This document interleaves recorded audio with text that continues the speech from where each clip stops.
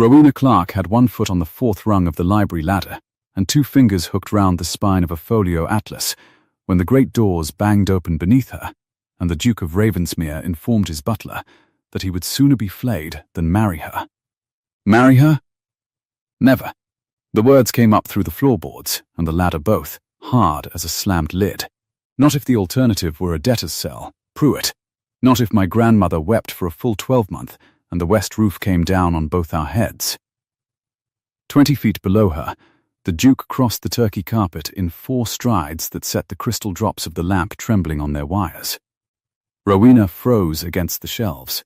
The atlas was heavier than she had judged, and the dust of a decade lay along its top edge in a soft grey pelt. She could taste it, dry and faintly sweet, at the back of her throat.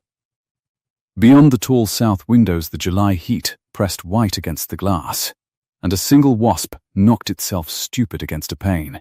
Over and over, tick, tick, tick, as your Grace says. Pruitt's voice was the colour of old walnut, unhurried. Shall I convey that to her Grace verbatim, or should you prefer I soften the parts about the flaying? Convey nothing. She will only sharpen her aim. The Duke stopped directly beneath the ladder. From above, Rowena had a fine view of a pair of broad shoulders that strained the seams of a bottle-green riding coat, of dark hair still damp at the nape from the morning's heat, of one gloveless hand that came down flat upon the reading table and squared a scatter of correspondence into a single tidy stack, corner to corner, as though order in paper might impose it elsewhere. She has taken a companion, Pruitt, a penniless nobody with a clever tongue, and no people to speak of, and she parades the creature past me at every meal as if I were a horse being shown a mare. Miss Clark this, Miss Clark that. Miss Clark has such opinions on drainage. Miss Clark does, Your Grace. I am aware.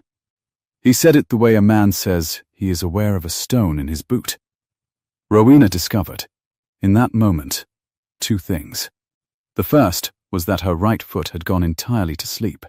The second was that she had, with the particular genius that had governed the whole of her 26 years, left the little brass brake of the ladder unset. She shifted her numb foot half an inch to relieve it. The casters woke with a squeal of complaint, and the ladder rolled the length of its brass rail in one long, unhurried, mortifying glide, bearing her out of the shadowed alcove and into the full glare of the south windows, where the light caught her the way it might catch a portrait unveiled at exactly the wrong hour. The Duke's head came up. She looked down. For a heartbeat, neither of them said anything at all, and the wasp went on knocking at the glass, and the dust she had disturbed sifted down between them in a slow gold column. You have excellent lungs, Your Grace, Rowena said.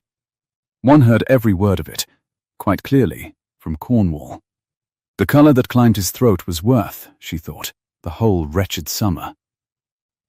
He was younger than his manner, not above 28, with a jaw that had plainly been set against the world since he was a boy and grey eyes that had gone perfectly, splendidly flat with horror. Miss Clark.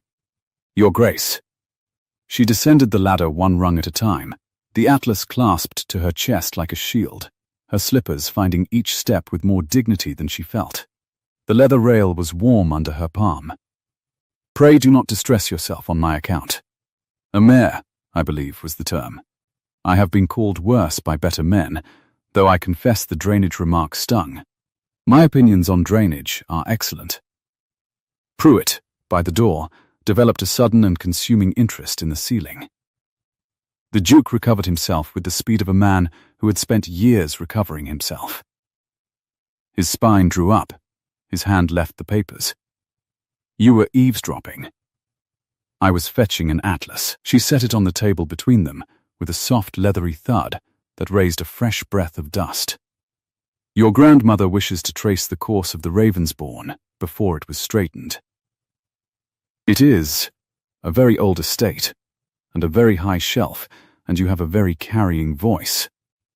I should think half the county knows your feelings on the subject of matrimony by now, and the other half will hear them at church on Sunday. That is precisely the difficulty, he said, before he could stop himself. There, that was the crack in him, and she heard it, Not temper, but something harried and cornered underneath the temper. A man in a snare pretending the snare was beneath his notice. Rowena filed it away with the tidy, mercenary care of a woman who had learned young that observation was the only inheritance no one could take from her. "Then, we are agreed," she said pleasantly. "You have no wish to marry me. I have no wish whatever to marry you. In the whole of England there has surely never been an engagement so thoroughly opposed by both its principals. I cannot think why your grandmother imagines it will answer." He looked at her then, really looked, grey eyes narrowing, as if she had turned out to be printed in a language he had assumed he could not read. "You think it is she who imagines it. I know it is she. I have watched her arrange 3 marriages this season alone, none of them her own, all of them successful, and all of them managed with the ruthlessness of a general at Salamanca." Rowena drew off the gauze half-mitts that had protected her hands from the dust and shook them out, and the fine grey powder drifted away on the hot, still air. "She rearranged the seating at dinner on Tuesday, so that I was placed at your left. On Wednesday she developed a headache the instant the tea was poured, that you and I might read to her by turns until it passed. Yesterday she pronounced my sketching a pity to waste indoors, and sent us both to the lime walk. I am a companion, Your Grace, not a simpleton. I know when I am being deployed." Something shifted behind his face, surprise, and beneath the surprise, faint and unwilling, the first cousin of relief. "Then you are not a party to it," he said. "I would sooner be flayed," Rowena said sweetly, giving him back his own coin. "Not if the alternative were a debtor's cell." And the Duke of Ravensmere, who had come into the library to declare that he would never in his life be moved, surprised them both by very nearly, laughing. He did not, of course.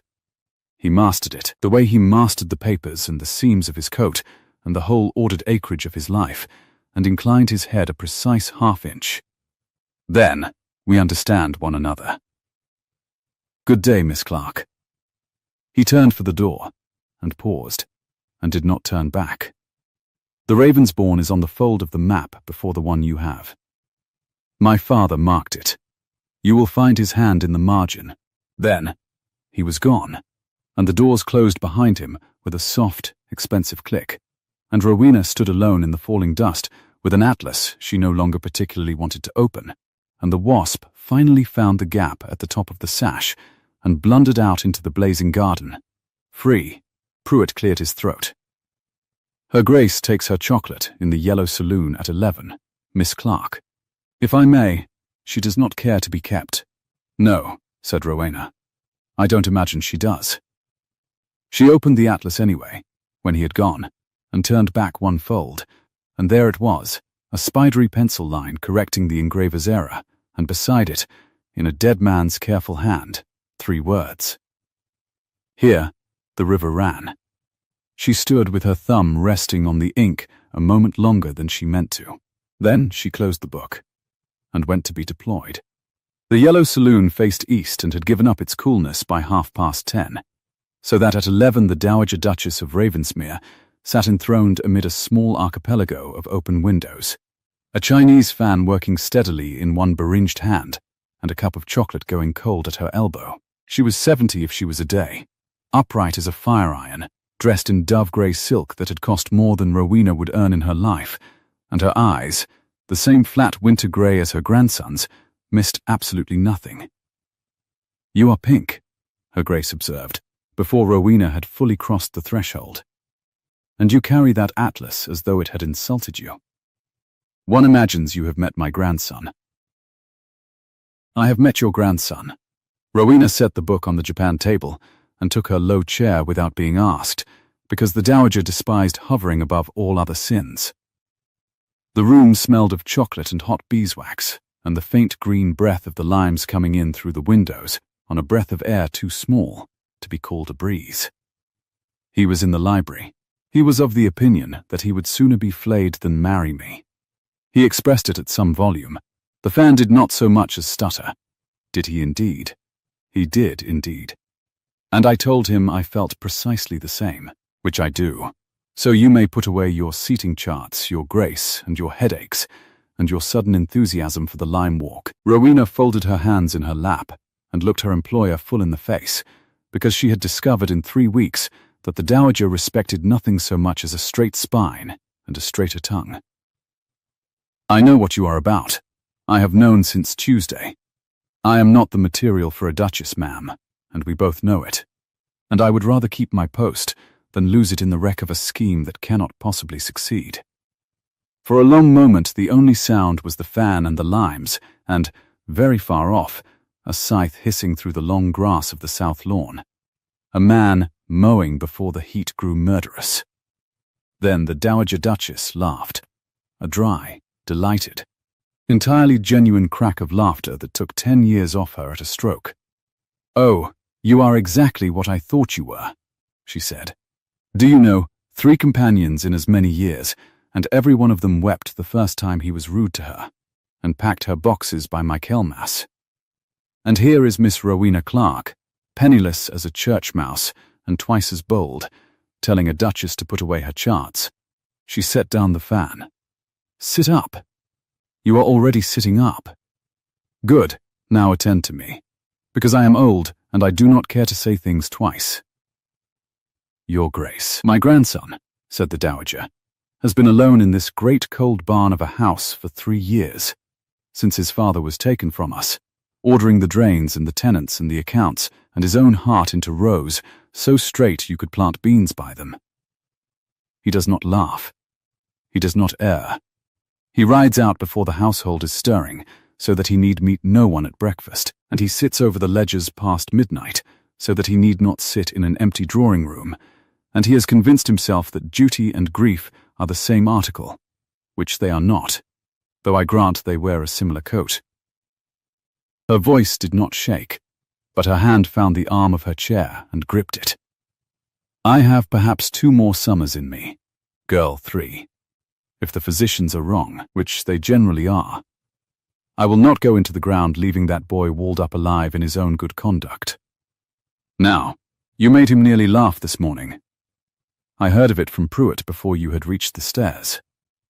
Rowena felt the floor tilt very slightly, as it had on the ladder.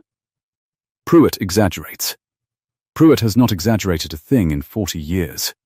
It is the great tragedy of his character." The dowager leaned forward. "I do not require you to marry him, Miss Clark, whatever I may have let him believe. I require you to be, in this house, precisely what you were in that library. Unfrightened, unimpressed, a person who says true things into a silence, which is the one commodity a duke can never buy and no one has dared to give him since he was a boy." She sat back, "For which I will double your wage." It was a great deal of money. It was, Rowena thought, looking at the cold chocolate and the working fan and the fierce old face that had not once let her look away. Very nearly enough money to be dangerous. "And if he comes to despise me for it," she said slowly, "which he will, the moment he understands he is being managed, then you will have been despised by better men, as you told him not an hour ago." The dowager's mouth twitched. "Yes, Pruitt, 40 years. Drink your chocolate, child. It is vile cold, but the ants are worse."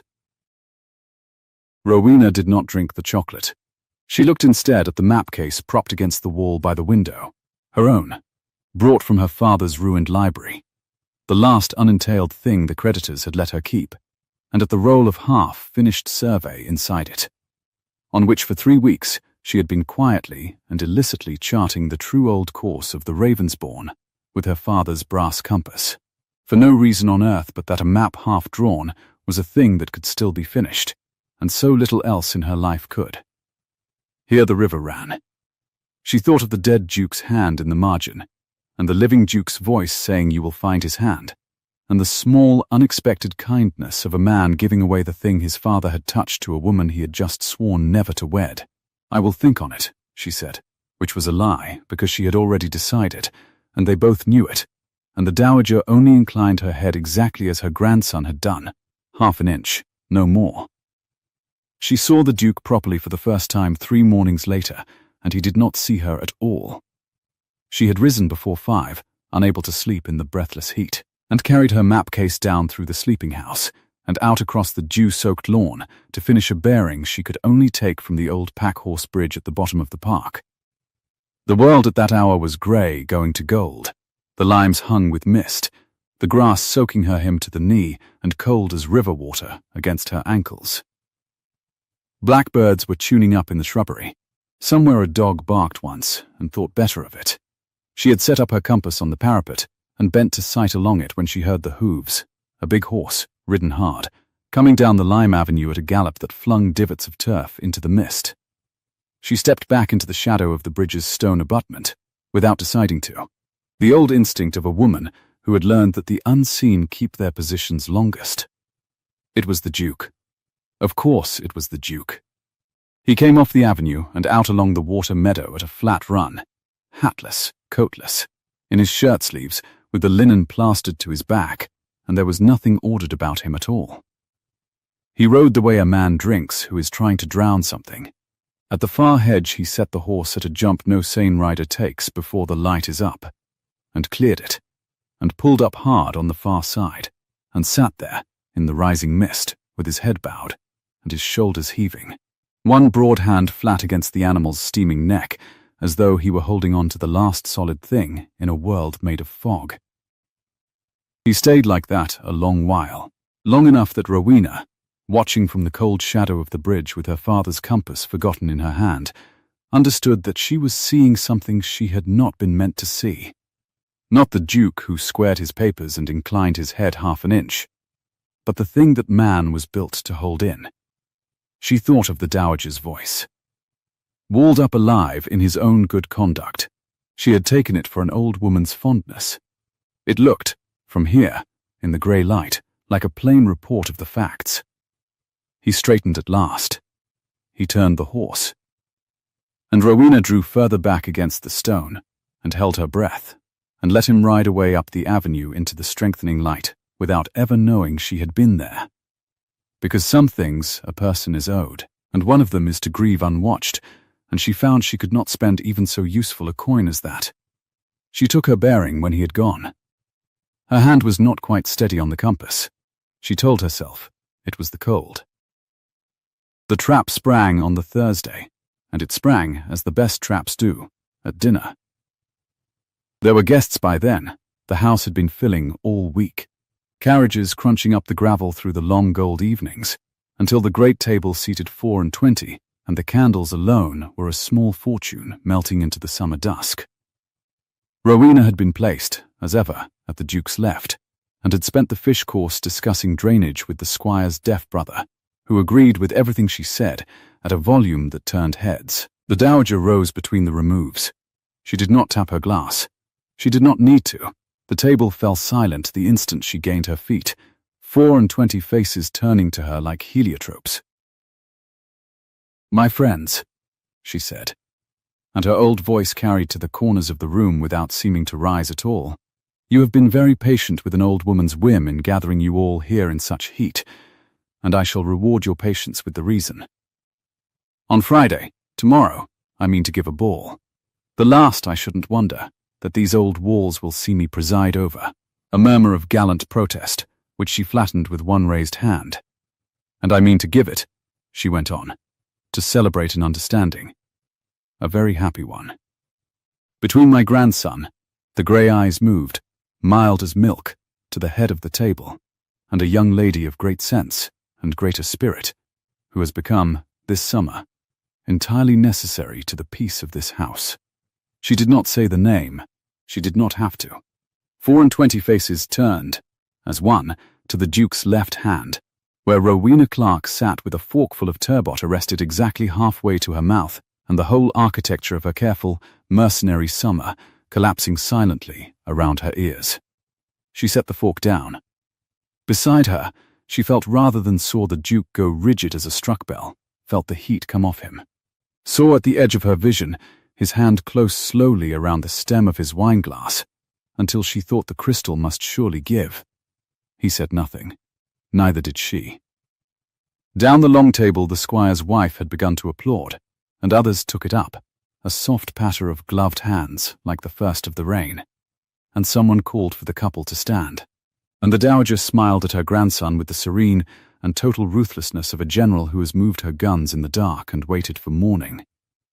To refuse now, in this room, before these people, was to make his grandmother a public spectacle and himself a byword before the county by Sunday.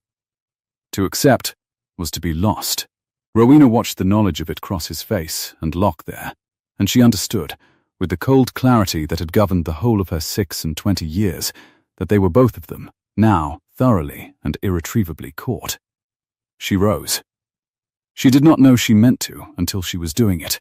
She rose, and she smiled the bright, hard smile of a woman going over a parapet of her own accord, rather than be pushed, and she inclined her head to the applauding table, and beside her, a half-second late, the Duke of Ravensmere got to his feet as well. Because a gentleman stands when a lady does, even when the lady is the instrument of his ruin. "You will meet me," he said, very low, under the noise, his lips barely moving, his eyes fixed on the middle distance. "After the library. The moment they are at the cards." "I had rather thought I might," said Rowena, smiling at the squire's wife, "since it seems we are to be married." He found her already there when he came in, standing at the cold hearth with her arms folded, and he shut the doors behind him with rather more force than they had received that morning, and for a moment the great room was very quiet, and full of the smell of guttering candles and old leather and the night limes breathing through the open window. And the two of them looked at one another across the very carpet where all of this had begun not 4 days before. "I did not do this," he said. "I know you did not do this." She had had 2 hours to grow calm, and she had used them. "She did this. She has been doing this since Tuesday week, and tonight she spent 24 witnesses to make it a thing neither of us can undo without cost. You cannot cry off. It makes her a fool before the whole county, and you a brute. I cannot cry off. I am a paid companion who has apparently entrapped a duke, and I should not find another respectable post between here and Scotland." She unfolded her arms. "So, we are caught. The question is only what we mean to do about it, and I have a proposal, Your Grace, if you will hear it, which I flatter myself is better than either of the 2 ends of the rope she has left us." He crossed to the reading table and stood with one hand flat upon it, squaring nothing, because there was nothing there to square, and she saw the effort it cost him not to reach for the ordering of some object, any object. "Say it." "We let it stand." She watched him flinch and pressed on before he could speak. "For the summer only. We let it stand, and we are seen to be agreeable, a courtship. You are attentive, I am charming, the county is satisfied, your grandmother is happy, which, whatever you may feel at this precise moment, you do wish. Or you would have flayed her at the table and had done." His jaw worked, but he did not deny it. "And then, when the leaves turn and the guests are gone, and there is no one left to make a spectacle of, we discover, regretfully, mutually, with the greatest civility in the world, that we do not suit. No villain, no jilt. 2 sensible people who tried and found they could not. You are free. I keep my character, and my post, and my quarter's wage, and I go quietly north to be some other old lady's clever tongue. She grieves for a fortnight and forgets us both by Advent." Rowena lifted her chin. "You need only pretend, Your Grace, to be able to bear the sight of me. For 8 weeks, and then it is over, and you have your ordered rows, and your empty rooms, and your midnight ledgers, all to yourself again, exactly as you like them." The clock on the mantel ticked. Out in the dark, the last carriage of an early leaving guest ground away down the gravel, and was gone, and the limes stirred, and somewhere below stairs a door closed on Pruitt's 40 faithful years. The Duke looked at her for a long time. She could not read what moved behind the flat grey eyes, and she told herself it did not matter, that this was a bargain and not a betrothal, that she had struck harder ones with worse men and slept sound after. "A performance," he said at last, "with an ending already written." With an ending already written, she agreed. Those are the only kind I trust. He came around the table then, and held out his hand, his bare hand, the one that squared the papers and had lain flat and grieving against a steaming horse's neck in the grey morning she would never tell him she had seen, and after a moment she took it, and his grip was warm and dry and startlingly gentle, and neither of them let go quite as quickly as the bargain required. "Friday," he said. "The ball. We begin then." "Friday," said Rowena. And she did not know, could not have known, standing there with her cold hand warming in his, and the whole reasonable ruin of her summer arranging itself into rows as neat as any he could have drawn, that the Dowager Duchess of Ravensmere, passing the library door on her way up to bed, had paused in the dark of the corridor to listen, and that she was smiling. The gown the Dowager sent up on Friday was the colour of a poured amber cordial held to a candle, and it fit Rowena as though it had been cut to her while she slept, which, she suspected darkly, it very nearly had. She stood before the glass in the small east bedchamber, while the Dowager's own maid pinned the last of her dark hair, and told her, unasked, that she looked a picture, and Rowena watched a stranger assemble herself in the mirror, a warm-skinned, straight-backed young woman with colour high on her cheekbones and her father's stubborn jaw, and thought that a picture was precisely what she was to be. Framed, hung, and admired for a season, then quietly taken down and put away. "There's rouge on the tray, miss. If you— I have quite enough colour of my own tonight, thank you, Susan." She drew on the long gloves. The kid was cool and faintly chalk-scented against her fingers, and it steadied her the way the leather rail of the ladder had steadied her 4 days before. From 2 floors below came the first tuning scrape of the hired fiddles, and under it the low-sea swell murmur of 24 guests grown to 60. And under that, threaded through the whole hot night, the green breath of the limes coming in at the open casement with the moths. "Is the Duke come down?" "This half-hour, miss. Standing at the foot of the great stair, like a man at his own." The girl stopped, scarlet, like a man at his own execution. Rowena finished pleasantly. "Yes, I imagine he is. Fetch my fan, there's a dear. And stop looking as though you've buried me. It is only a ball." It was not only a ball, and she knew it, and she went down the great staircase with her chin level and her heart going like the fiddles, and the Duke of Ravensmere turned at the foot of it and looked up at her, and for one unrehearsed half-second, the flat grey eyes went entirely still. "Miss Clark." He offered his arm, in black and silver, freshly shaven, his dark hair brushed to an order that would not survive the first country dance. He looked less like a man being shown a mare, and more like the marble of himself. "You are punctual." "I am terrified," she said low, taking his arm. "It is very like punctuality from the outside. Smile, Your Grace. They are watching you already, and you have the face of a man about to read out his own sentence." His mouth did something that was not a smile, but conceded the possibility of one. "I have been practicing in the glass," he murmured, as they turned toward the blaze and roar of the ballroom doors. "I am told I achieve an expression somewhere between benediction and toothache." Rowena laughed before she could stop herself. A real laugh, startled out of her, that turned 3 nearby heads and made her press her fan to her lips too late. She looked up at him. He was watching her sidelong, and there was, in the corner of the ordered mouth, the faint, unmistakable satisfaction of a man who has aimed a thing and hit it. "That," she said, "was a joke." "It was an observation." "It was a joke, Your Grace. You made a joke.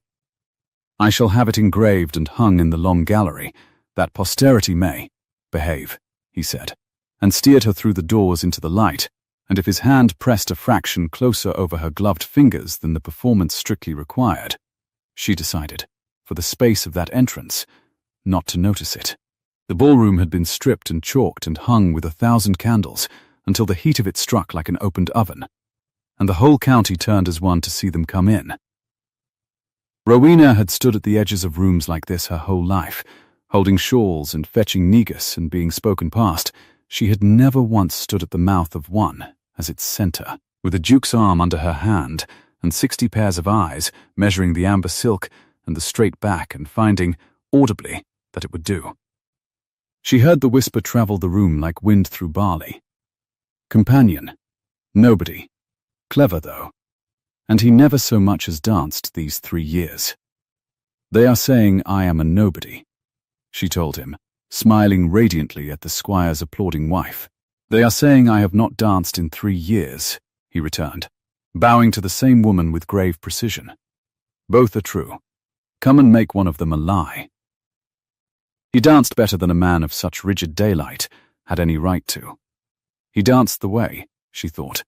He did everything he had decided to master, with a controlled, exact, entirely deliberate grace, counting under his breath, his hand a warm, dry certainty at the small of her back through the amber silk, turning her down the long set beneath the melting candles, while the fiddles soared and the floor thundered soft with 60 feet. Twice their eyes met and held a beat past the figure of the dance.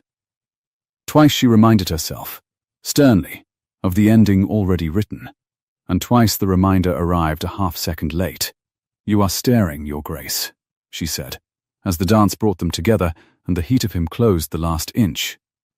It will give the wrong impression. It will give exactly the impression my grandmother has paid 400 candles to give, he said. Which impression is, I collect, the right one. And then, lower, under the music, so that only she could hear it. You dance as though you have done it more often than a companion's wages permit. My father kept a good house, once, she said, and felt the old bruise, and covered it. Before the creditors improved our circumstances.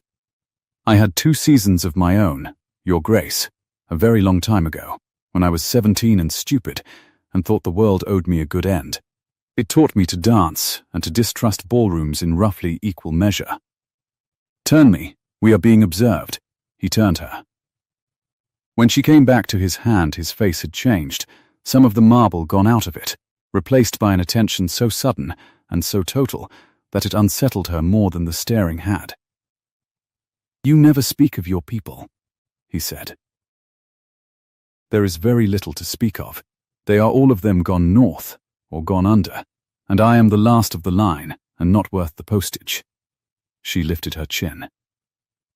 Now, you have had your quarter hour of tragic backstory, which was not in the bargain, and I will thank you to stop looking at me as though I were a map, with the interesting part torn off. People will think you have grown fond of me. And then, where should we be?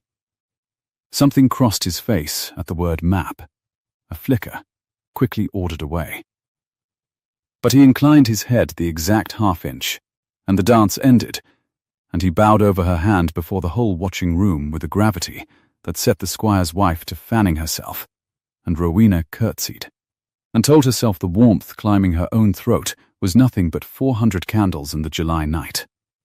She did not see the fair man watching them from the pillar by the card-room door until the dance had already delivered her, breathless, to the punch.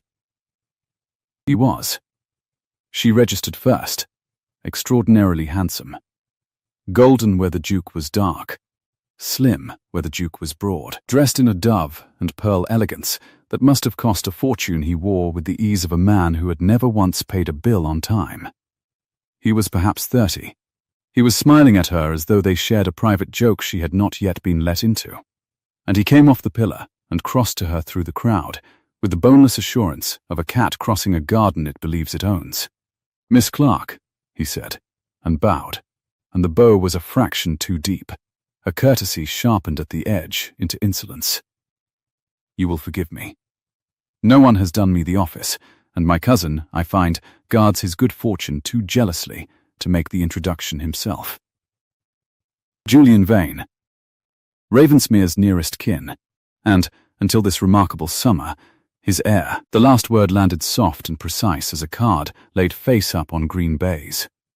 Rowena kept her face perfectly still. Mr. Vane, I had not known the Duke had a cousin. No, said Julian Vane, and his smile widened, warm and beautiful and cold as the bottom of a well. One does not, generally, put the family cupboard on display.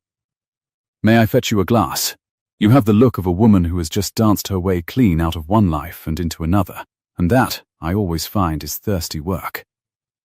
She let him fetch the glass, because refusing would have told him something, and telling a man like Julian Vane anything at all was, she already understood, a thing to be done only on purpose and at full price. He came back and stood too close and looked at her over his own wine with frank, glittering appraisal. "You are not what I expected," he said. "I confess I came expecting a milkmaid with a good ankle and a firm grip on the ledger. My cousin is nothing if not practical, and a man does not haul himself out of 3 years' mourning for a pretty face. He does it for an heir and a quiet house. And then I find—" He tipped the glass at her, a small toast, all teeth, wit, steel, a companion who reads survey charts and corrects the squire on his drainage. "It makes a man wonder, Miss Clark, what precisely my cousin thinks he is purchasing." "It makes a man wonder a great many things, Mr. Vane," she said. "I find the trick is not to say all of them aloud at a ball." He laughed, delighted, and it was a genuinely charming laugh, which was the worst thing about him. "Oh, I like you, I do. It is a great pity." He set the glass down on the tray of a passing footman without looking, the gesture of a man for whom things are always caught before they fall. "Shall I tell you what I think, since we are to be cousins? I think there is no more love in this engagement than there is water in that dry riverbed at the bottom of the park.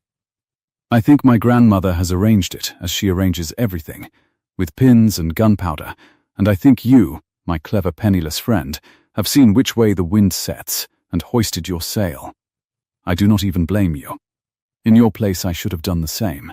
He leaned in, and the charm dropped clean off his face for one instant, and underneath it was something patient and hungry that made the amber silk feel suddenly thin.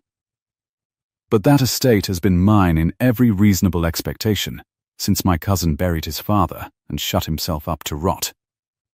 And I do not intend to lose it to a summer's theatre and a lady's maid gown. Do we understand one another, Miss Clark?" Rowena looked at him for a long moment over her fan, and the fiddles soared, and the candles guttered, and 60 feet thundered soft behind them. "We understand one another perfectly, Mr. Vane," she said. "You have told me a very great deal about yourself in the space of one glass of wine, which is more than most men manage in a season, and I am obliged to you for it. You will forgive me if I do not return the courtesy. I find I am promised for the next." She was not promised for the next. She walked away from him into the crowd on legs that were not quite steady, and she did not look back, because the one thing she would not give Julian Vane was the sight of her looking back. She found the Duke on the terrace an hour later, when the dancing had thinned and the older guests had drifted to the card tables and the young ones to the dark of the shrubbery, and the night had not cooled so much as thickened, the stone of the balustrade still holding the day's heat under her palms, and the whole invisible garden below breathing out lime and stocks and cut grass into the dark. He was standing alone at the far end with his back to the lights, a glass untouched at his elbow, looking out at the black shape of the park, where somewhere a river no longer ran the way its map said it did. "Your cousin," she said, coming to stand beside him, "is a beautiful and dangerous man, and he has just told me, in so many words, that he means to see this engagement broken and himself restored to his inheritance, and that he does not care how." The Duke did not turn. "Julian is here, then. Julian is very much here. You did not think to mention him. I did not think he would come." His hand tightened on the balustrade. "He and I have not spoken above a dozen civil words since my father was taken. He came into his own portion young, and ran through it before he was 25, and he has spent the years since circling this house like a gull over a plough, waiting for me to break my neck at a hedge or drink myself into the churchyard, so that he might come into what he has always considered his by right of my inconvenience." At last he looked at her, and his face in the spill of light from the ballroom was drawn hard. "What did you tell him?" "That I was promised for the next dance, and I walked away." She watched him. "But he is not a fool, Your Grace. He looked at us across your grandmother's ballroom and he saw 2 people performing, and he named it aloud within the quarter hour.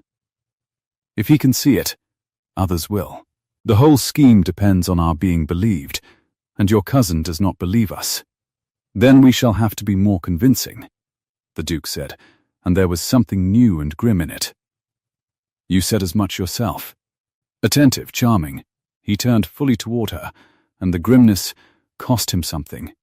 She could see it. It is a great deal to ask, more than the bargain named. I am aware. It is. She held his eyes. And I will do it, because I have quite as much to lose as you, and rather less to lose it with. But I will have one thing understood between us first. She took a breath of the hot lime heavy dark. I saw you, 3 mornings ago, at the Packhorse Bridge, before the light was up. I was taking a bearing, and I heard the horse, and I stood in the shadow of the abutment. And I saw you set that great animal at the far hedge in the mist, and pull up on the other side, and grieve. I saw it, and I did not mean to, and I have told no one, and I never shall. I only say it now because you keep looking at me as though you are afraid I have seen something, and I would rather you knew what I have seen than lay awake guessing at it. There, now you know the worst of me. I am a woman who does not look away when she ought. The silence that followed was so complete, she could hear the candles hissing inside, and very far off, one late blackbird that had mistaken the ballroom's glow for dawn. The Duke had gone perfectly still. When he spoke at last, his voice had lost all its marble. No one has said his name aloud to me in 3 years, he said. My father's. They step around it. The whole house steps around it, as though the word itself might bring the roof down. He looked out at the dark park. You take a bearing at 5 in the morning, in the wet, with your father's compass, on a river that is not there. Julian thinks I am buying a wife who reads charts. He has no notion at all what you are. He turned his head, and something in the grey eyes had opened that she had not been meant to see, and it frightened her far more than Vane's hunger had. Why were you truly at that bridge, Miss Clark? And because he had given her his father's name, she found she could not lie to him. I am making a map, she said, of the old course of the Ravensbourne, the true one, before they straightened it and the mill race was cut. My father was a surveyor's patron, and I was his clerk before I was anything else, and I have been charting it these 3 weeks in secret because her voice caught, and she let it. Because a map half drawn is a thing that can still be finished, and there is so little else in my life that can. It is nothing. It is a hobby of a ruined woman. It signifies nothing to anyone but me.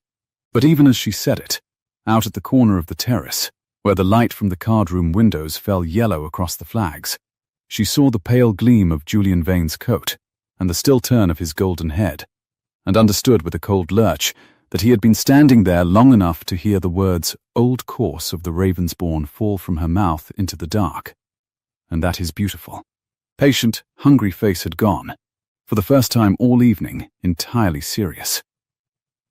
The Duke followed the line of her gaze to the corner of the terrace, and Rowena felt him understand, in the space of a breath, exactly what she already knew, that they had been overheard, and by the one man in the county who could least be spared the hearing of it. Julian Vane came off the shadow of the wall, and into the yellow fall of the card-room light, with his glass held loose in 2 fingers, and his golden head tipped, as though he were only strolling out to admire the stars. Forgive me. I came for the air and found the 2 of you at a lovers' conference, which is a great deal more diverting than the whist. He propped one elbow on the warm balustrade and looked out at the dark park, at the invisible ribbon of the water below. You were speaking of the river, I think. The Ravensbourne. I have always found it a melancholy thing, a straightened river. All that meddling, and for what? A few dry acres and a mill that grinds 9 months in the 12. My uncle had a great passion for improvement. He turned his beautiful, cold smile on the Duke. It cost him, in the end. It cost us all a good deal, one way and another. Julian, the single word came out of the Duke flat as a shut drawer. You are 3 years absent, and you choose tonight to return. I choose the night of your betrothal, cousin. Naturally, what kind of kinsman would let such a thing pass unmarked? He raised the glass a hair, a toast to nobody.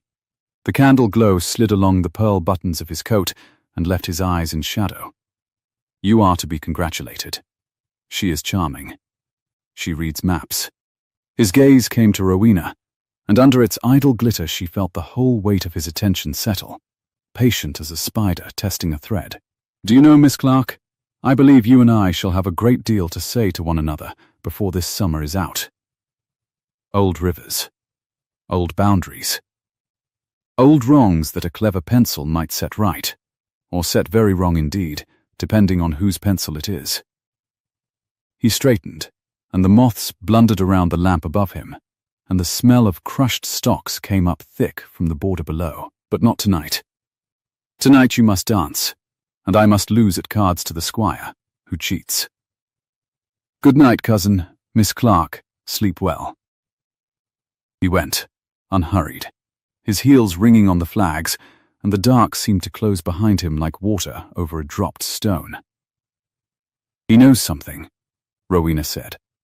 Her mouth had gone dry despite the punch. About the river. He looked at me, and he said boundaries as though he were laying down a card he had held all evening. The Duke's hand had closed hard on the balustrade again. Julian knows the price of everything in this county to the shilling. Whatever he wants of the river, he will not have it. But the certainty in his voice was a thing built over a hollow, and she heard the hollow, the way she had heard the crack in him in the library 4 days before. Go up, Miss Clark. It is late, and you have performed enough for one night.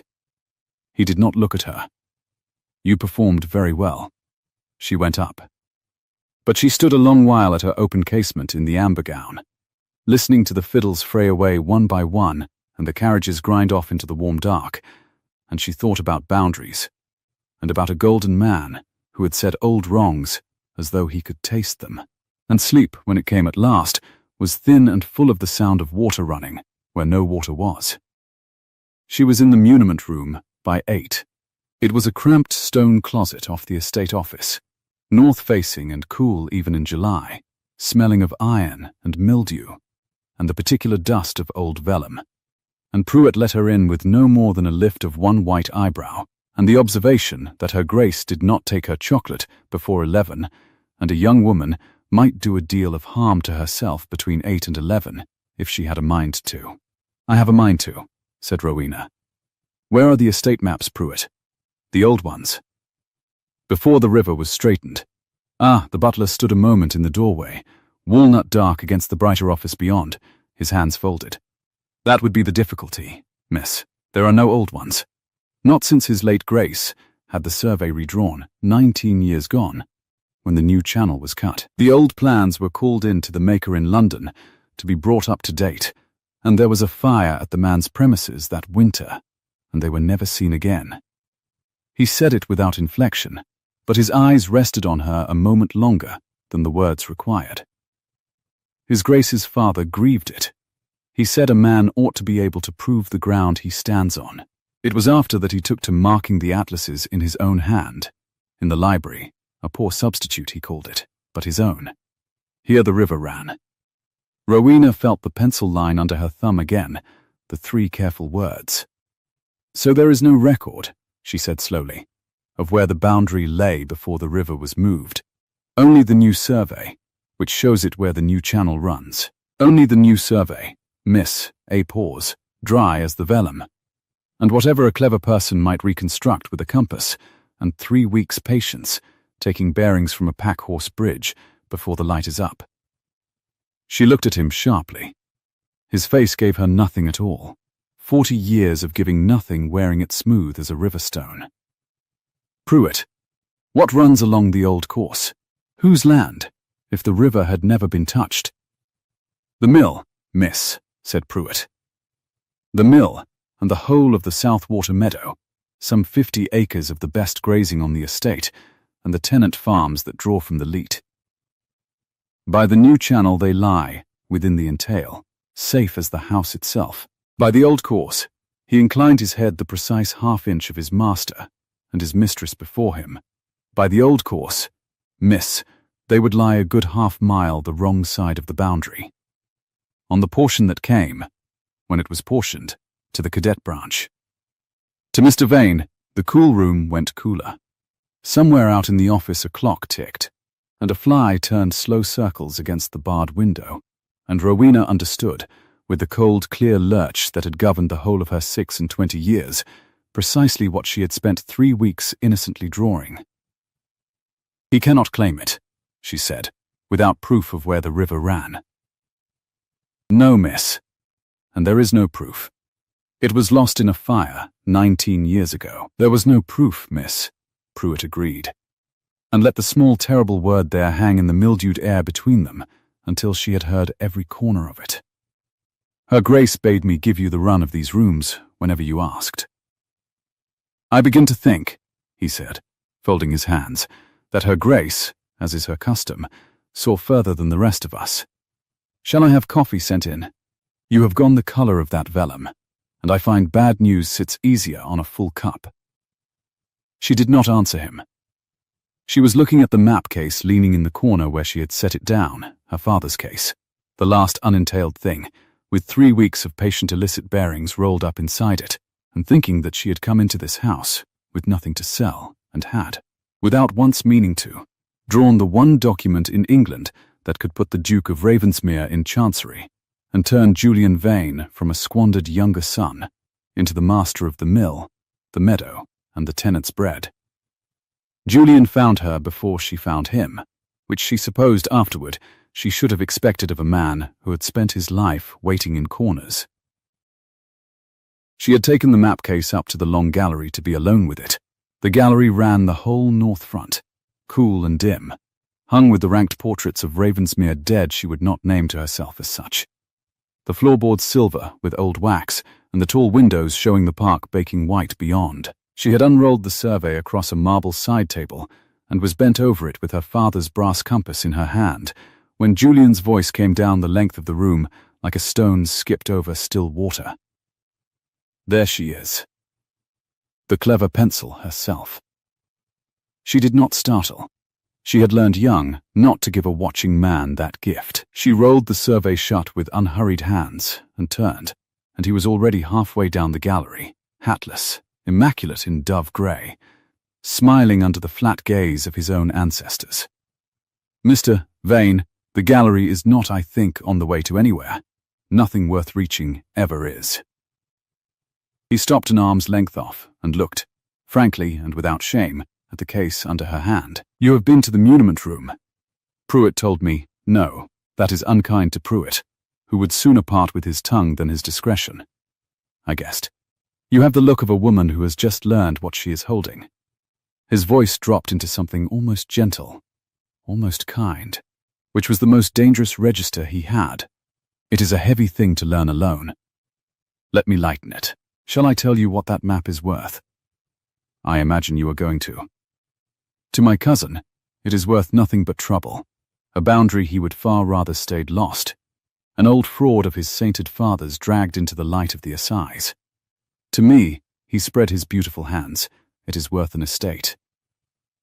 And to you, Miss Clark, penniless companion, the last of a ruined line. Not worth the postage, as I hear you told him so charmingly last night." The words landed like a slap, and she saw him watch to see if they had. "To you it might be worth a very great deal indeed. £2,000. In your hand, in banknotes, and a character written by my own hand to any house in England, and never again in your life the smell of another woman's chocolate going cold at your elbow." He smiled. "I ask only for the survey, and for your silence as to how it came to me. You need not even lift the pen against him yourself. You need only look the other way, which I am told is the one thing you cannot do." For a moment, one honest moment she would examine coldly afterward and not much like, she felt the pull of it. £2,000 was a house of her own, and a fire of her own, and no old lady's bell for the rest of her days. It was the end of holding shawls and being spoken past. It was freedom, laid out on green baize. "You have misjudged your price," she said. His smile widened. Everyone has a price, Miss Clark. I have never once been wrong about that. You have not misjudged that I have one. You have misjudged what it is. She lifted her chin. Get out of the gallery, Mr. Vane, and understand that I have now heard you offer money for a fraud against your cousin, which is a thing I shall remember. In every particular. In my own clever pencil, should I ever have need of it. The kindness went out of his face like a candle pinched between finger and thumb, and what was underneath was patient and hungry and entirely unhurried. You think you have chosen him, he said softly. You have not.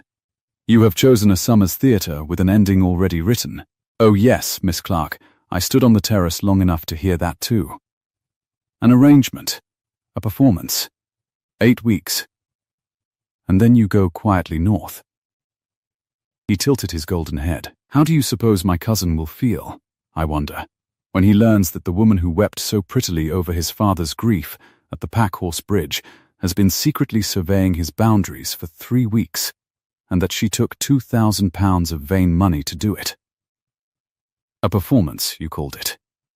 I do so agree. The only question left is which of us writes the ending. He bowed, the insolent half-inch too deep. Sleep well, cousin, you do it so badly. She got through 2 more days on nerve alone, and they were, God help her, the best 2 days she had spent under that roof.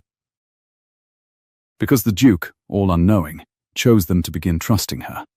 He came to the muniment room on the 2nd morning and found her among the vellum, and stood in the doorway a while without speaking, and then said, gruffly, that if she meant to reconstruct the old course she had better do it properly, with the tithe records and the leet accounts, and not from a bridge in her nightgown catching her death of cold, and she said it had been a perfectly respectable police, and he said that was not the part that concerned him, and stopped, and coloured, and they both pretended he had not. They worked. He hauled down the ledgers and read out the water rents in his even voice, while she plotted the leet, and the cool room filled with the scratch of her pencil, and the turn of his pages, and the green summer light striped through the barred window, and twice he leaned over her shoulder to see, and she felt the warmth of him along her whole side, like a bank of banked coals, and neither of them moved away as quickly as the work required. There, she said, on the 2nd afternoon, sitting back, the old course, where your father's hand said it ran. She had inked it at last, the true curve, sweeping east and south of the mill in one long, confident stroke. You see how it lies? He bent close. His breath stirred the loose hair at her temple. It curves east, he said slowly. East of the mill. East of the mill. And of the meadow. And of every tenant farm on the leet. She looked up at him, and he was already looking down at her, and they were very close, and the compass was warm in her hand. Do you understand what that means, Your Grace? That the mill was always ours, he said very low. That whatever the boundary was called, the old river ran east of it, and the land inside the bend was Ravensmere land before my father ever touched a spade to it. He straightened nothing that was not his to straighten. Something moved in the flat grey eyes. Something that had been walled up for 3 years and was finding, all at once, a chink of light. They said in the county he had cheated the cadet branch. Cousin Julian has said it, in every drawing room from here to Bath. And my father let them say it, because he had lost the proof in a fire and would not defend himself on his bare word. His voice roughened. You have given him back his name, Miss Clark. With a brass compass and 3 weeks' patience, you have given a man back his good name 3 years after. He stopped. He was too close, and she had turned her face up, and the July heat pressed at the window, and the whole cool room had gone somehow breathless, and his gaze dropped to her mouth and hung there, and she felt her own hand rise, entirely without her leave, to the lapel of his coat. You are staring, Your Grace, she whispered. It will give the wrong impression. I am past caring, he said, what impression it gives. And he was going to do it. She saw it come into him, like the tide, and she wanted it with a suddenness that frightened her far worse than Julian ever had. The muniment room door opened without a knock. Well, said Julian Vane, from the threshold, with the whole warm ruin of his charm turned up to its brightest. How very industrious. And here I came, only to make my farewells, and find you both hard at work on the very thing I most wished to discuss. He had a paper in his hand. She saw with the plunging cold of a body going off a parapet, a folded banker's draft in his hand, and he was holding it up to the light so that the Duke could not fail to see the sum inked across its face. £2,000. Cousin, drawn to Miss Clark, 3 days ago. By me. She has not cashed it, I will grant her that much cleverness. She waited to see which of us paid better. But she took it, and she said not one word to you of the taking, and she has been drawing your boundaries ever since. His eyes glittered. Do ask her. She does not lie well when a thing is put to her plainly. It is her one flaw. The Duke went very still. She felt the stillness come off him the way she had felt the heat come off him at the dinner table, and it was so much worse.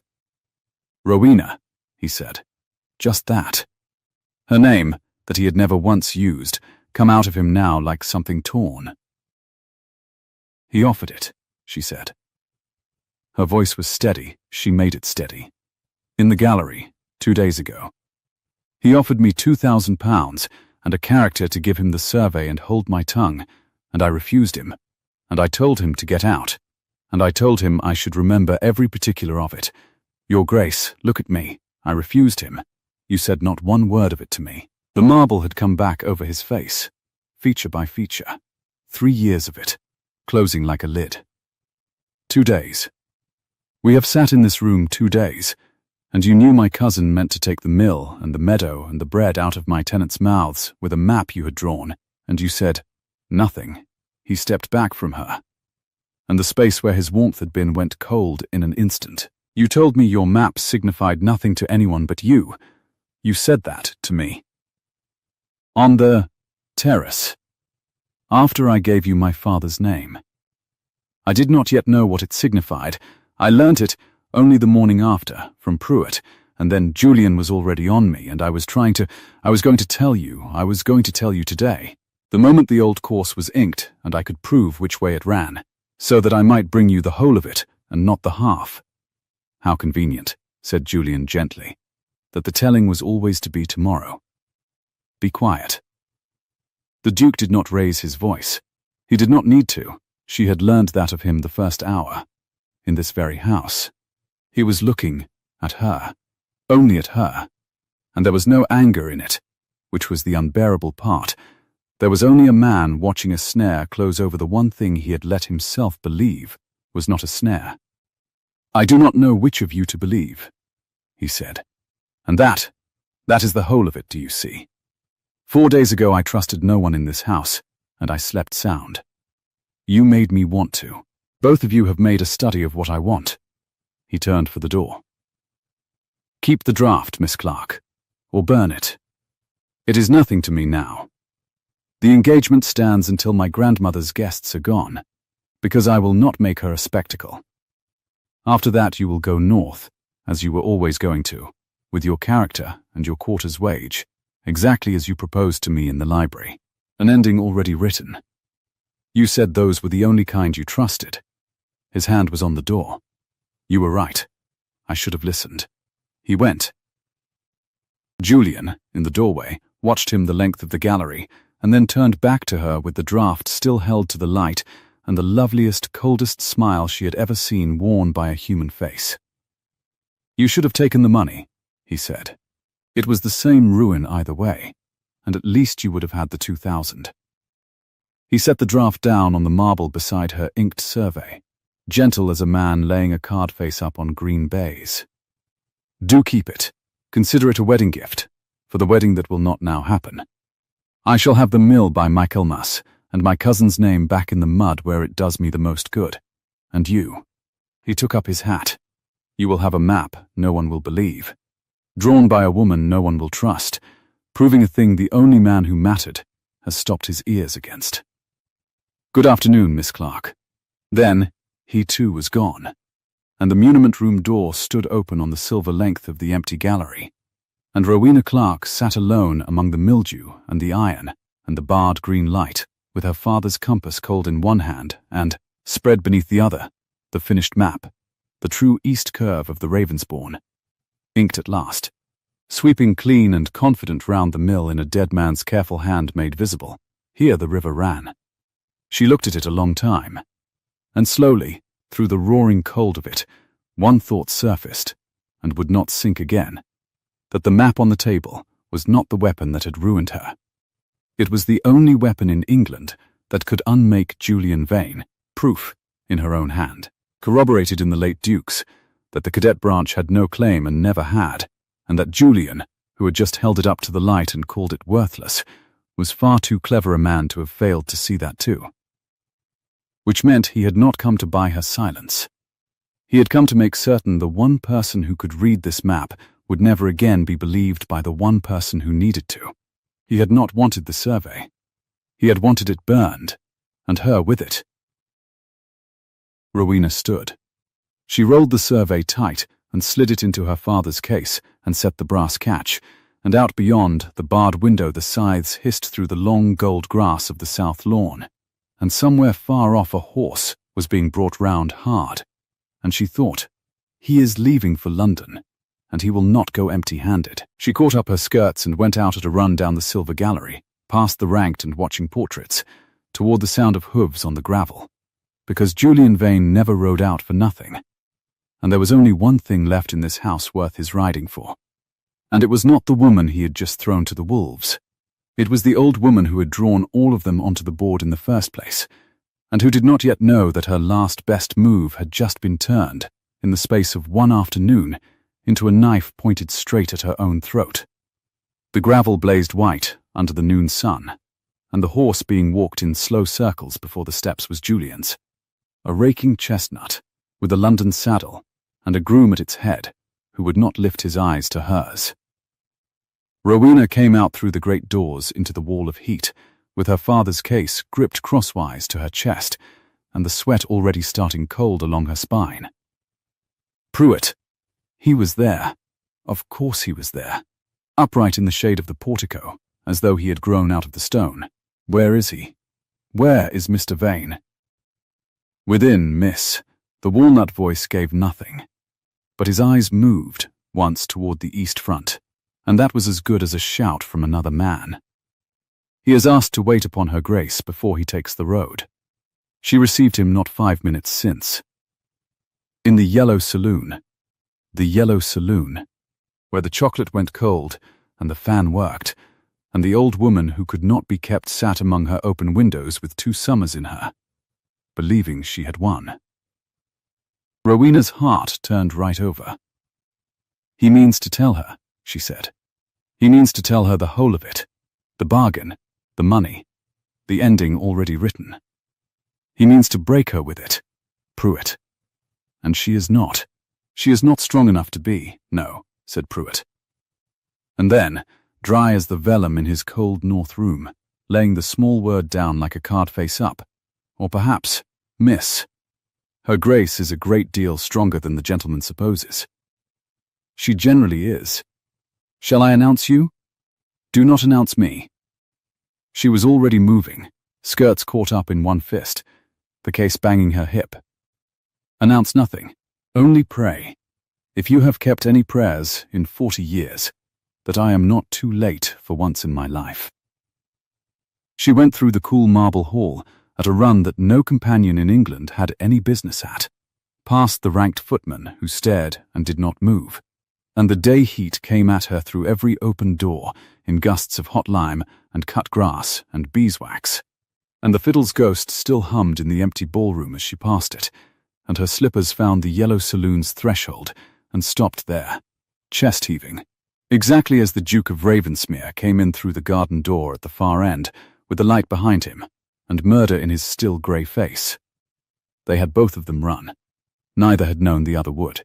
Between them, enthroned in dove-grey silk amid her archipelago of windows, the Dowager Duchess of Ravensmere sat with her Chinese fan folded shut in her lap, and her winter eyes bright as a bird's, and before her, one elbow propped with insolent ease upon the japanned table, stood Julian Vane, golden and immaculate and smiling, in the very act of drawing breath to ruin her. "Ah," said the dowager, into the sudden crowded silence. "Good, you are all come. I did so hope you would. Julian was about to tell me something scandalous, weren't you, my dear?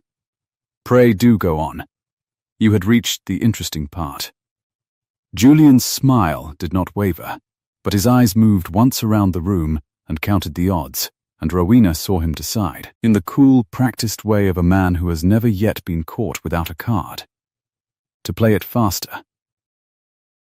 "I had reached the truth, grandmother," he said, "which I know you value above comfort.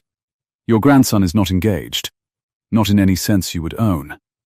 He and this young person struck a bargain in the library 4 nights ago, in plain words, with an ending already written, a summer's theatre, a courtship played out before your guests to spare your feelings, and then a mutual regret when the leaves turn, and Miss Clark sent quietly north with her wage and her character, and my cousin restored to his blessed solitude." He spread one beautiful hand toward Rowena without looking at her. "I stood upon the terrace. I heard every syllable. You have been managed, madam, gulled in your own drawing-room by the 2 people you trust. I thought, kinsman that I am, that you had a right to know it before you spent yourself into the grave upon a wedding that was never coming. It was cruel, and it was clean, and it was aimed to go straight through the old ribs into the tired heart beneath them." Rowena took 1 step into the room. "Your Grace, it is not." He twists it. It began as, "Be still, child." The dowager did not raise her voice.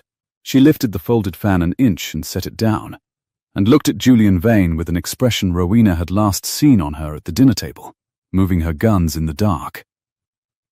"You heard them in the library. Every word." "Yes," said the Dowager Duchess. "So did I." The room went very quiet. Out through the windows the scythes hissed once, and stopped, and a wasp, or its cousin, knocked twice at the glass and was still. "I paused in the corridor on my way up to bed," she went on, mild as milk, as old women do, being slow upon the stair, "and I heard my grandson say he had not done this. And I heard this clever girl offer him a way out that cost him nothing, and me my whim. And I heard him take her hand and hold it a great deal longer than any bargain required. I went up smiling, Julian. I have been smiling for 4 days." She turned the fan over. "You have ridden a hard chestnut half across the county to bring me, as your great blow, a thing I knew before you had your boots off. Did you truly imagine, boy, that I arrange 3 marriages a season and do not know when my own is taking? I did not want them betrothed. I wanted them acquainted. The betrothal was only the wall I built to keep them in one room long enough to look at each other. And look at each other they have." Her eyes glittered. "You have brought me no knife at all. You have brought me the handle, and cut yourself upon the way." Julian's charm held. She would give him that. Afterward, coldly, it held 1 moment longer than any other man's would have. Then it thinned, at the edges, the way ice thins over a running stream. "How very touching," he said. "It changes nothing that signifies. Believe what you like of their hearts, madam. Hearts are cheap this weather. The mill is not." He straightened off the table. "I did not come only to gossip.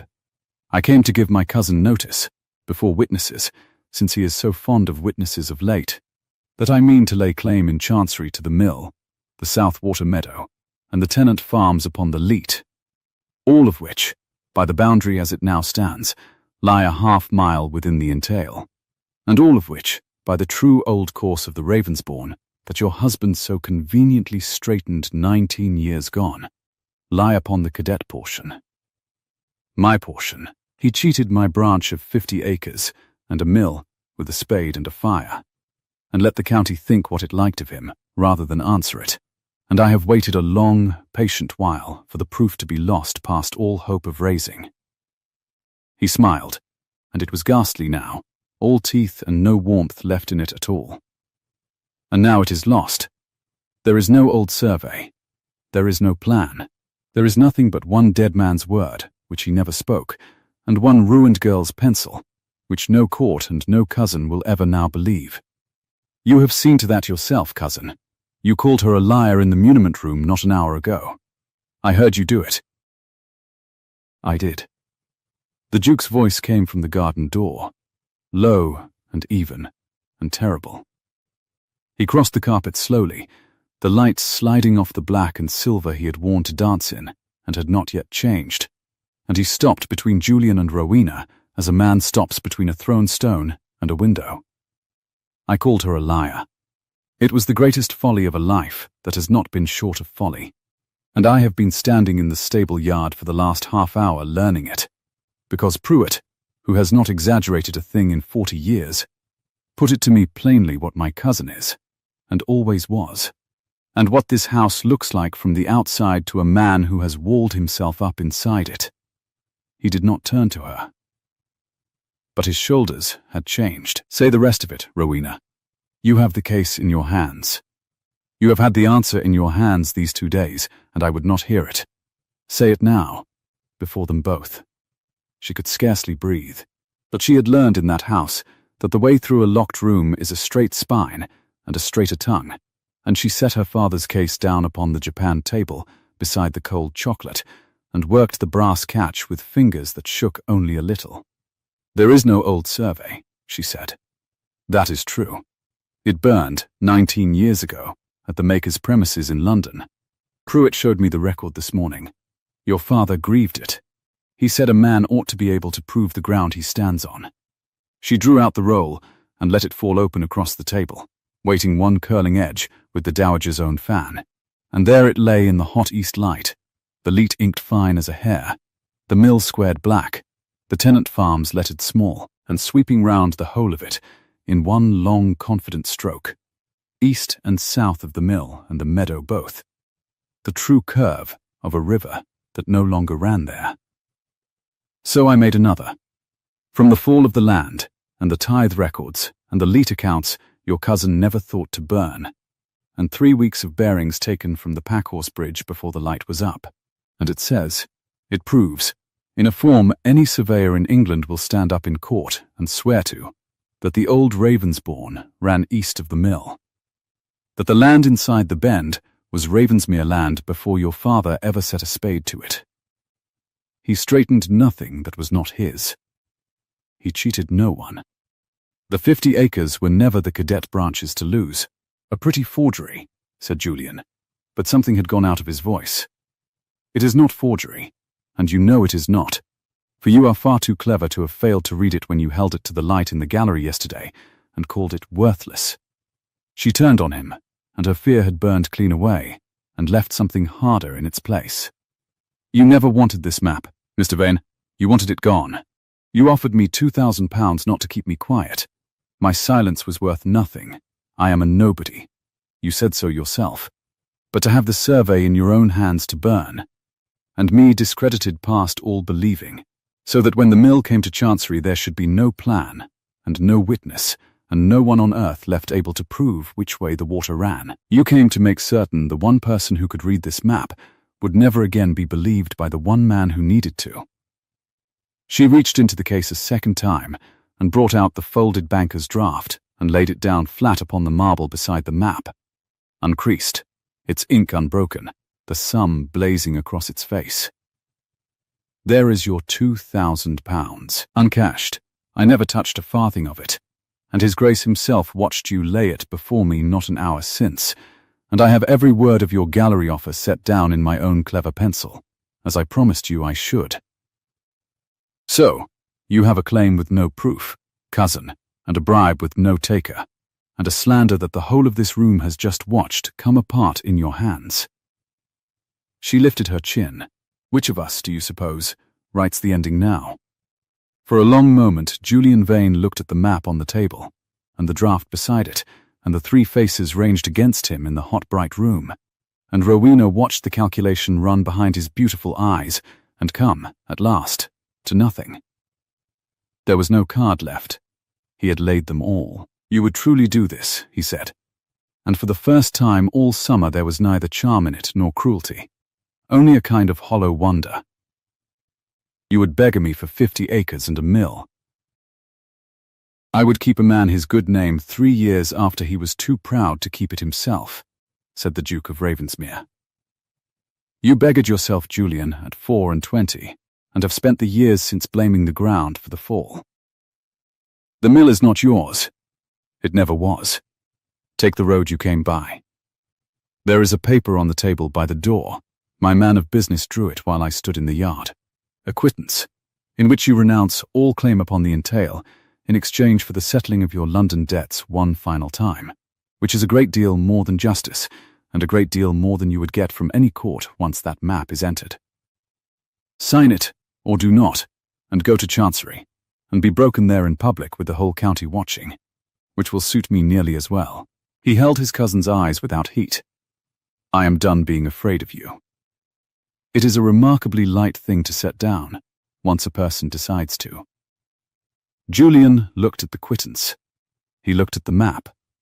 And then, because he was, to the last, a man who caught things before they fell, he crossed to the side table and took up the pen and signed his name to the paper with a flourish and set it down, and turned in the doorway with the ruin of his smile put back on crooked over the wreck of his afternoon.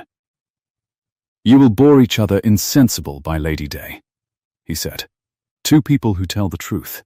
There is nothing in the world so tedious. He bowed, the insolent half-inch, to the old woman who had beaten him. Grandmother, my compliments on the ball. The candles, at least, were beyond reproach. Then he was gone, and his heels rang away down the marble, and out on the blazing gravel the raking chestnut was mounted and turned, and put at the avenue at a hard gallop that flung the white stones wide. And the sound of him thinned and dwindled and was swallowed at last by the green weight of the July limes, and the room let out a breath it had been holding for 19 years. The Dowager Duchess reached out one beringed hand and drew the map toward her across the table, and looked down a long while at the fine dark curve of a river that had run there before she was a bride in this house. Here the river ran, she read softly, tracing the late Duke's careful hand in the margin with one finger. He wrote that in 100 atlases, and never once let himself weep over it in front of me. Stubborn to the bone, the whole line of them. She looked up, and her winter eyes were bright and not entirely dry, and she fixed them upon her grandson. Well, you have your name back, and your mill, and your 50 acres, and this remarkable girl has handed them to you with a brass compass, and no thought at all for what it would cost her when you turned on her for it. Which you did, at the first pretty lie your cousin told, you graceless boy. I am going to my room. I find I am 70 after all this afternoon, and I have been proved right, which is exhausting at any age. She rose, waving off the hand Rowena put out. You two will settle the rest of it without me. You have both had a great deal of practice at conversations you were not meant to be overheard at. Pray have this one where the corridor cannot hear. She went, upright as a fire iron, and the door closed behind her with a soft, expensive click, and Rowena Clark and the Duke of Ravensmere were left alone in the yellow saloon with the cold chocolate and the working heat and the map of a vanished river open on the table between them. For a moment, neither of them moved.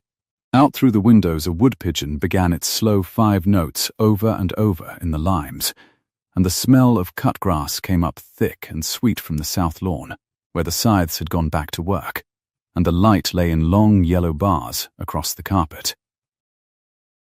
I called you a liar, the Duke said at last. He was standing very straight, and it plainly cost him. In my father's own muniment room, over my father's own name that you had spent 3 weeks giving back to him. I had it before me, the map, the draft you never cashed, 2 days of you working at my shoulder in that cold room asking nothing, and I chose to believe the one thing that let me go back to trusting no one, because trusting no one is a house I know the shape of in the dark. His jaw worked. It is easier. That is the whole shabby truth of it. Grief and duty wear a similar coat, my grandmother says, and I have worn both these 3 years because they asked nothing of me but that I keep still and keep count. And then you rolled out of that alcove on an unbraked ladder into the full glare of the window and told me I had excellent lungs, and I have not kept still an hour since. You need not, she began. I need to. Let me. I am very bad at it, and I shall not get through it twice. He came round the table, passed the map, and stopped an arm's length off, and made himself look at her. I have squared every paper in this house corner to corner for 3 years, so that I need not feel how crooked the rest of it was. You saw me at the bridge, the one morning I let a single thing off its lead, and you told no one, and spent no coin you might have spent, because you said a man is owed his grief unwatched. No one in my life has ever handed me back a thing they might have used against me. My cousin has spent 30 years teaching me that no one ever would. His voice roughened and dropped, and I paid you for it by calling you a fraud across my father's ledgers. There is your cost, Rowena, if you want one named. I have spent the coin of my own good conduct, the one thing I was proud of, and found it counterfeit, and I would rather stand here and know myself a fool who wronged you than go back to being the ordered, careful, solitary man who never did, because that man was never once happy and had made a virtue of not noticing. Rowena's throat had closed. It was a bargain, she said, unsteadily, an arrangement, a performance with an ending already written. You said those were the only kind you trusted. So did I. We are two people who trust endings we have written ourselves. Because we neither of us have ever once been given a good one we did not draw with our own hand. I know it. He was near enough now that she could see the pulse in his throat, the damp still at the dark hair by his temple, the grey eyes gone wide open the way they had at the bridge, all the marble down. I do not want the ending we wrote. I have been standing in a stable yard this half hour tearing it up. I do not want you sent north with your wage and your character to be some other old woman's clever tongue. I want. He stopped, and she watched a man who ordered everything reach for a word he could not put in a row, and find it anyway. I want you to stay, and quarrel with me about drainage, until we are both as old and impossible as my grandmother. And I want you to draw every vanished river in the county, and hang the maps in the long gallery where posterity may see them, and I want the whole of it real, with no ending written and no cost hidden, because I am in love with you, Rowena Clark, which I have known since you gave me back the sight of myself at that bridge, and would not spend it, and which I was too great a coward to say until my cousin very nearly took you off me for good. The wood pigeons stopped. The whole hot afternoon seemed to hang still on the bar of light between them. You made a joke at the ball, Rowena said, absurdly, her eyes stinging. Benediction and toothache. I said I should have it engraved. I have been saving another, he said. I have been practicing. Do not you dare, Miss Clark, said the Duke of Ravensmere gravely. I find, upon reflection, that I would sooner be flayed than not marry you. Not if the alternative were a debtor's cell. Not if my grandmother wept for a full 12-month and the west roof came down on both our heads. His mouth curved, at last, the whole way, into the smile she had spent a summer aiming for and hitting only glancingly. I understand the man who said the opposite in this house 4 days ago was a great fool with excellent lungs. I have it on the best authority. She was up a ladder at the time.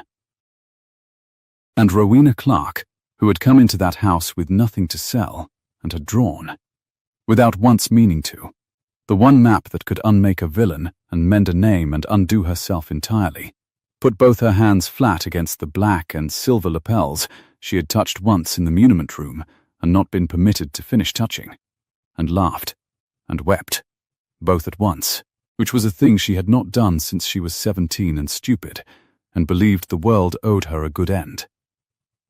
I am not the material for a duchess, she said into his coat. We both know it.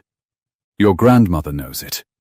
The whole county, he said, against her hair, his arms coming round her sure and warm as a bank of banked coals, may take its opinions on my duchess to church on Sunday and hear them corrected. I have a very carrying voice. I am told half of Cornwall, and then he stopped talking, because she had lifted her face, and he bent his dark head to hers, at last in the yellow light, with the map of a vanished river open beside them, and the limes breathing through every window. And the ending neither of them had written arrived, unlooked for and unhurried, and entirely their own. They were married when the leaves turned. Not at the great ball's height, with 60 candles and the county measuring the silk, but quietly, in the grey church at the park's edge, on a still gold morning in the first week of October, with the hedgerows gone to hip and haw, and the mist standing white in the water meadow that had so nearly been lost, and the Dowager Duchess of Ravensmere upright in the front pew in dove grey, weeping without the smallest shame and denying it flatly to anyone who dared to notice. Pruitt gave the responses from the back, with 40 years' gravity, and once, when the Duke fumbled the ring and recovered it, allowed himself the ghost of a smile that no one but Rowena caught. There was no ball afterward. There was breakfast in the yellow saloon, with the windows open on the sharp, bright autumn, and the squire's deaf brother agreeing loudly with everything the bride said, and the dowager pronouncing the whole affair adequate, which from her was a coronation. And in the weeks that followed, the true old course of the Ravensbourne was entered at the assize under the seal of 2 sworn surveyors, and the late Duke's name came out of the mud where 19 years of silence had let it lie. And up and down the county the drawing-rooms that had shaken their heads over the improving Duke, who cheated his own blood, found they had always, of course, believed him honest. Julian Vane's debts were settled a final time, and Julian Vane was seen no more at Ravensmere, and if his name was spoken in that house it was without heat, the way one speaks of weather that has passed. Rowena found the Duke in the library on a bright cold afternoon in November, when the fires were lit against the first true chill, and the low sun came level through the tall south windows where a summer wasp had once knocked itself stupid against the glass. He was up the rolling ladder. She had had the little brass brake removed entirely, on principle, hanging the last of it, her map, framed in gilt, the fine dark curve of the vanished river sweeping east of the mill, and in the margin, matted beside her own inked survey, the small brown scrap of Atlas page in a dead and honoured man's careful hand. "You have set the brake," she called up, mock severe, one hand shading her eyes against the low gold light. "I am disappointed in you. All our best conversations began with an unbraked ladder. I have learned to leave the good ones off their lead," he said, and came down a rung, and looked at the map hung level at last upon the wall, where the whole ordered acreage of his life could see it. "There, my father's ground, proved, and hung where the county calls to congratulate me on my drains." He would have. He stopped. He let himself feel it, which he had learnt to do, in this room, with this woman, and no longer stepped around. He would have liked you enormously, and told you so exactly never, and marked your maps in the margins when he thought you were not looking. It runs in the line. She climbed 2 rungs to stand beside him on the wide old ladder, and the leather rail was warm under her palm, and below them the fire snapped, and the low sun laid its long bars across the turkey carpet, and outside the last leaves came down slow, and gold past the glass, where no wasp knocked now, the summer being well and truly over, and something better grown up in its place. He set his hand over hers on the warm rail, corner to corner, tidy as ever, and neither of them moved it away. Here the river ran, Rowena read softly, from the margin, in the dead Duke's hand. "Here it runs still," said her husband, and kissed her, and the folio atlas that had started the whole affair sat forgotten on its high shelf under its soft grey pelt of dust, 10 feet above 2 people who had, against every ending either of them ever thought to write, come thoroughly and irretrievably home.